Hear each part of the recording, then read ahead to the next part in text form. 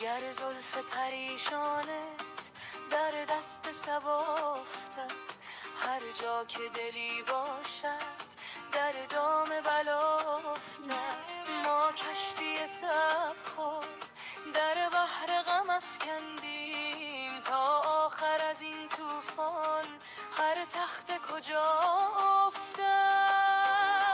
هر کس به تمنایی فا از رخ و گیرد، بر تخت فیم روزی تا قره کرا افتد.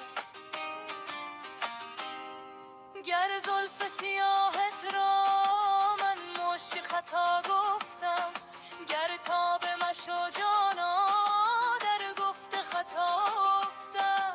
آخر چه زیان افتد سلطان ممالک را، کورا نظری روزی بر حال گدا افتم.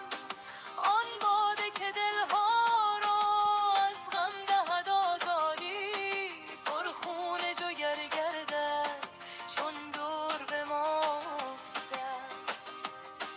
احوال دل حافظ از دست غم هجران، چون عاشق